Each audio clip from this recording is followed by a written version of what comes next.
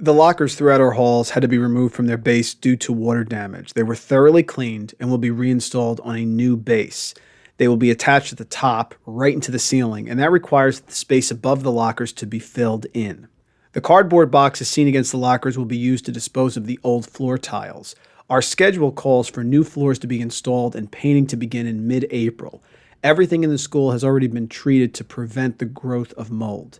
In this classroom, the Univent has been removed and cleaned. Univents circulate fresh, cool, and heated air throughout the school. They all suffered water damage. We estimate that new Univents will be installed in stages and completed by the end of August.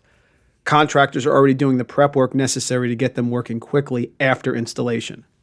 Many door frames also seen in these shots will be replaced so that they meet the latest standards for fire protection.